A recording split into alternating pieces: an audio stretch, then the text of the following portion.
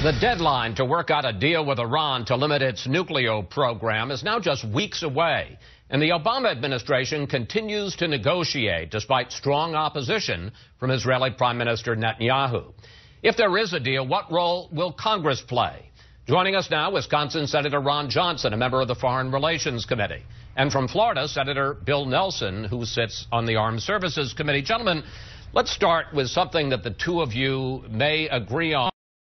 If the U.S. and its allies work out a deal with Iran, Senator Johnson, will Congress have to approve it? Good morning, Chris. I certainly hope so, and that's certainly what the Corker-Menendez bill is going to lay out, and we'll hopefully mark that up in committee next week. The Iranian Parliament will get to say yes or no on this deal. I think the United States Congress should have that exact same input into the process. Senator Nelson, you, of course, are a Democrat. This Corker-Menendez bill, which would mandate that Congress be given a right to vote up or down on any deal with Iran, the president has said he will veto it. Question, if he does veto it, if there is a deal and if he vetoes it, will you vote as a Democrat to override the president's veto? Will you vote against the president? Well, first of all, what is the Corker-Menendez, of which I'm an original co-sponsor? It is to prevent, by voting, the lifting of congressional sanctions. That's not an up or down vote on the whole deal. It is a major part of the deal. And so your question, will I vote to override, depends on the context of the whole deal, which we don't know until March 24th, when the administration will announce if their negotiations are successful or not. All right, let's talk, gentlemen, about a deal, because there are some general outlines, obviously not the details, but some general outlines that have come out. Let's put them up on the screen. A freeze on sensitive nuclear activity for at least 10 years, a cap on sensitive and enriched uranium, and intrusive inspections. Senator Nelson, briefly, obviously the devil is in the details, but that outline that I just laid out there and what you've heard about it, could you accept a deal like that? Well, again, we don't know what the final deal is, but the key part of what you mentioned, if that's true, is the intrusive and unannounced inspections. The only way that you're going to keep Iran, which you can't trust any more than a rattlesnake, the only way you're going to make sure that they are not developing a bomb is the intrusive and unexpected inspections. That's what's going to be key. Let me ask you, Senator Johnson, about Prime Minister Netanyahu's statement in his powerful speech to Congress this week, in which he tried to link any possible deal to Iran's behavior. Here he is. If the world powers are not prepared to insist that Iran change its behavior before a deal is signed, at the very least, they should insist that Iran change its behavior before a deal expires.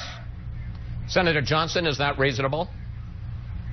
It really is, and that was an extraordinary speech. It was a courageous speech, because Prime Minister Netanyahu came to America to alert Congress and America to what he views as an existential threat to the state of Israel, and Iran is the primary sponsor, state sponsor of terrorism around the world. Its influence is growing in the region, and this deal, as it's being described with a sunset provision, doesn't stop nuclear proliferation. It will probably hasten it, as we're already hearing Saudi Arabia is met with Pakistan. They'll just purchase a nuclear weapon, and this region will be even more dangerous. So this is a bad deal. I agree with Prime Minister Netanyahu, and he was just coming here to America to alert it, and he paid a political price for doing so, but it was a real courageous act of his. Here was President Obama's response to the Netanyahu speech. Take a look. What I can guarantee is that if it's a deal I've signed off on, I will be able to prove that it is the best way for us to prevent Iran from getting a nuclear weapon.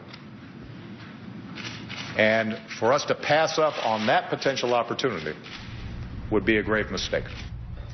Senator Johnson, this sort of is where the rubber hits the road here. I understand that you just don't want any deal, but isn't there a price to be paid if these negotiations fall apart? And I know at this point you're very suspicious, as a lot of people are, about the deal the president's working out. But if you don't get a deal, and you can argue this isn't a perfect deal or far from it, Iran ramps up its nuclear program.